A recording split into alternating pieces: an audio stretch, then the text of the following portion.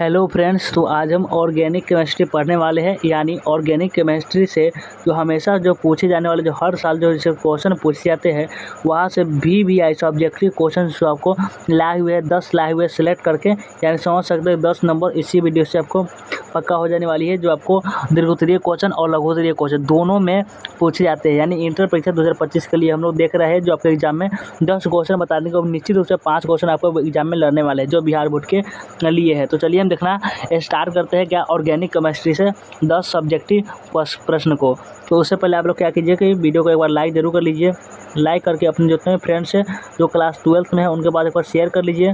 और अभी तक सब्सक्राइब नहीं किया हो चैनल को सब्सक्राइब कर लीजिए। और अगर आप व्हाट्सएप ग्रुप में ज्वाइन नहीं हो तो डिस्क्रिप्शन में लिंक है, आप वहाँ जाकर व्हाट्सएप ग्रुप ज्वाइन कर सकते हैं। तो चलिए हम देखते हैं सबसे पहला नंबर क्वेश्चन से। सबसे पहला नंबर क्वेश्चन क्या है, चलिए देखते हैं। सबसे पहला नंबर प्रश्न है आपका कि बुर्ज अभिक्रिया क्या है। क्या क्वेश्चन में है, बुर्ज अभिक्रिया क्या है, जो आपका द्वितीय क्वेश्चन में बहुत बार पूछे गए हैं और लघुत्तरीय प्रश्न में भी पूछे जाते हैं।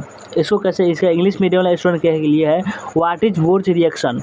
इसको आप कैसे बनाइएगा, तो बुर्ज अभिक्रिया वह अभिक्रिया है जिसमें एल्किल हाइलाइड के 2 अणु, इसमें अगर लघुत्तरीय पूछेगा तो इस प्रकार लिखिएगा कि वह जो अभिक्रिया वह अभिक्रिया है जिसमें एल्किल हाइलाइड के 2 अणु, यानी तो कोई 2 अणु ले लेंगे और सोडियम धातु के साथ शुष्क ईथर की उपस्थिति में क्रिया करते हैं तो सममित एल्कोहल प्राप्त होता है। इस प्रकार से आप लिख दीजिएगा, बनाने की कोई जरूरी नहीं है, अपना लिख दीजिएगा, आपको 2 मार्क्स मिल जाएगा। जब आपको द्वितीय में बोला जाएगा तभी आपको बनानी है। और इंग्लिश मीडियम लेक्चर के लिए है कि बुर्ज reaction is the reaction in the which 2 molecules of haloalkanes react with sodium metals in the presence of dry ether then symmetric alcohol alkanes are obtained. यानी इंग्लिश मीडियम वाला के student के आप पढ़ के यहाँ से समझ सकते हैं, हम हिंदी में समझा दिए है।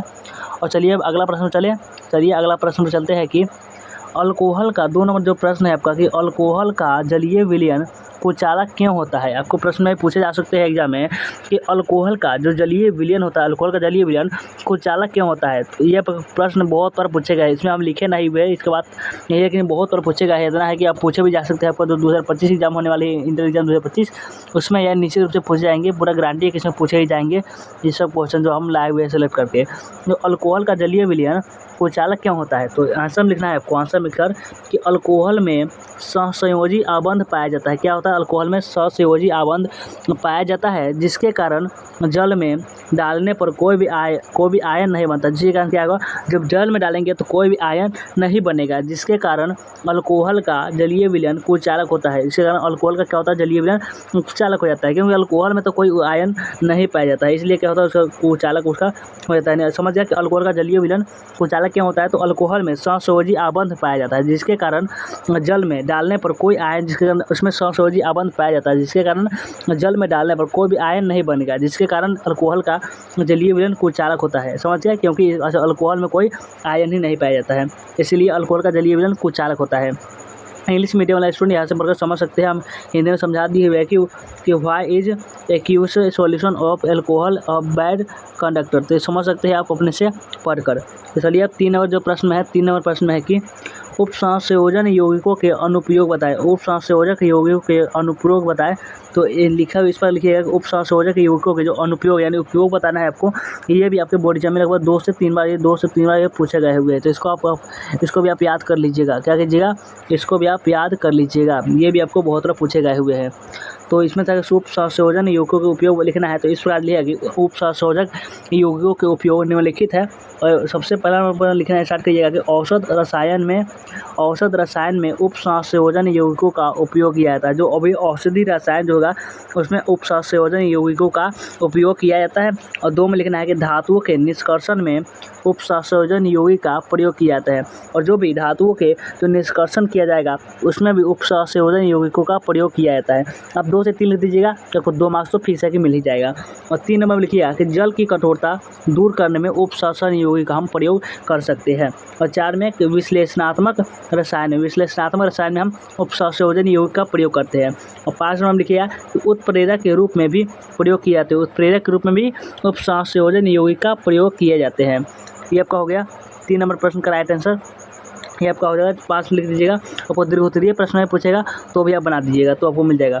और आपका इंग्लिश मीडियम वाला स्टूडेंट के लिए यहाँ से समझ सकते हैं। तो चलिए हम अगला प्रश्न 4 नंबर में है कि अल्कोहल का क्वथनांक ईथर से अधिक क्यों होता है? बताइए आप लोग, अल्कोहल का जो क्वथनांक होगा वो ईथर से अधिक क्यों होता है? यह भी आपको ऑर्गेनिक केमिस्ट्री में बहुत बार पूछे गए हुए हैं, बहुत बार, लगभग 2 से 3 बार ये भी पूछे गए हुए हैं। और हो सकता है कि ये भी प्रश्न आपके आ सकते हैं एग्जाम में। तो ये भी देखना चाहिए कि अल्कोहल का क्वथनांक होगा वह ईथर से क्यों होता है, मतलब अल्कोहल का क्वथनांक ईथर से अधिक, ज़्यादा, जो अल्कोहल का क्वथनांक होगा जितना भी होगा उससे ईथर का ज़्यादा होगा, क्यों होगा?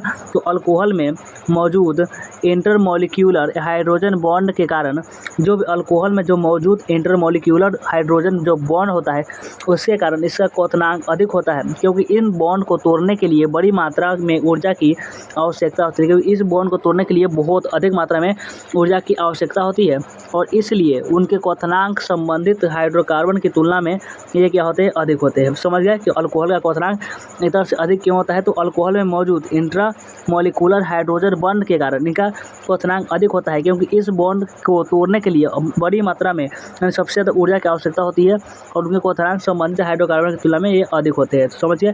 और इंग्लिश मीडियम वाला स्टूडेंट के लिए कि why is the boiling point of alcohol higher than that of the ether? आप यहाँ से पढ़कर समझ लीजिएगा। तो हम चलते हैं अगला प्रश्न जल्दी देखते हैं। क्या प्रश्न देखना है कि 5वां प्रश्न है कि एल्कोहल का अनुभार बढ़ने पर जल में इनकी विलेयता घटती है, स्पष्ट कीजिए क्यों? यानी एल्कोहल का अनुभार बढ़ने पर जल में इनकी विलेयता घट जाती है, क्यों घटती है? तो लिखिएगा कि अल्कोहल का अनुभार बढ़ने पर विलेयता घटती है। इसका कारण यह है कि जब अल्कोहल का जो अनुभार बढ़ने पर उसकी विलेयता घटती है और इसके कारण यह है कि अणु के OH तथा जल के अणु के बीच हाइड्रोजन बंधन बनता है। इसके क्या होता है? इसके बीच हाइड्रोजन बंधन बनता है।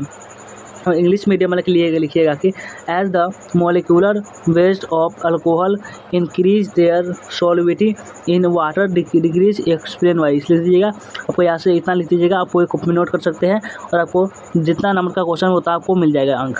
और चलिए 6 नंबर जो प्रश्न है, 6 नंबर प्रश्न में देखते हैं कि 6 नंबर प्रश्न में क्या है। तो जो 6 नंबर प्रश्न है कि उपसंयोजन यौगिक, उपसंयोजन का टॉपिक है।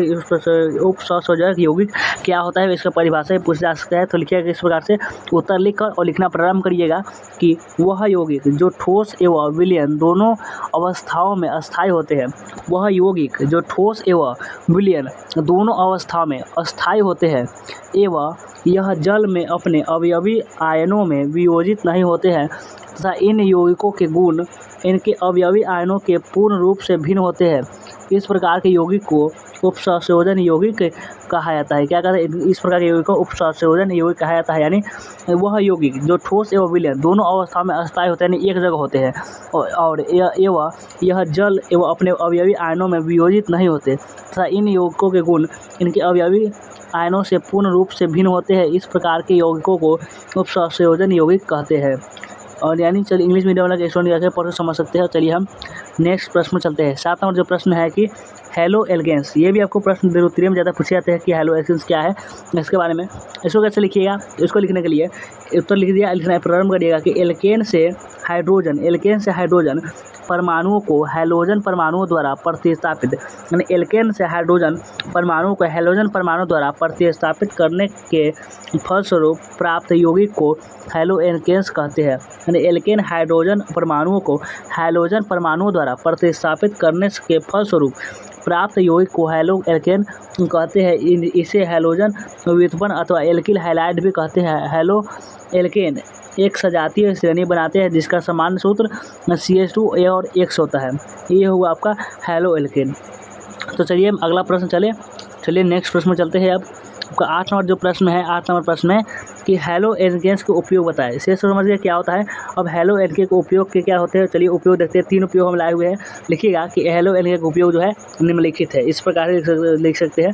और 1 नंबर देकर लिखिएगा, 1 नंबर देकर प्रारंभ करिएगा। हैलो एल्केन्स का प्रमुख उपयोग कार्बनिक संश्लेषण में किया जाता है। जो क्या होता है, हैलो एल्केन्स का जो मुख्य उपयोग होता है वो कार्बनिक संश्लेषण में किया जाता है।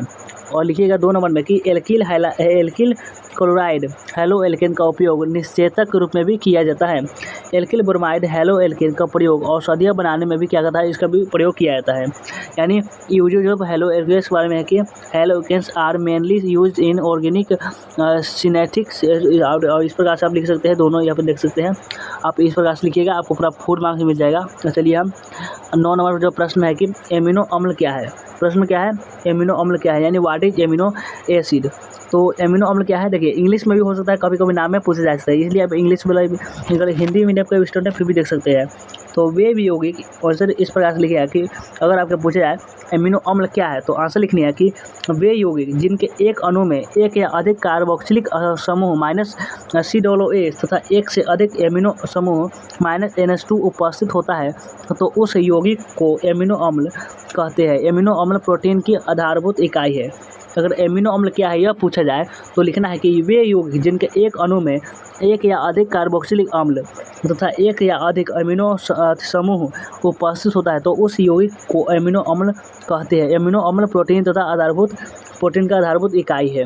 तो समझिए 9 नंबर प्रश्न को भी। तो चलिए लास्ट प्रश्न जो 10 नंबर में है, ये भी आपको बहुत इंपॉर्टेंट है, उसको देखते हैं कि प्राकृतिक रबर क्या है, यानी नेचुरल रबर।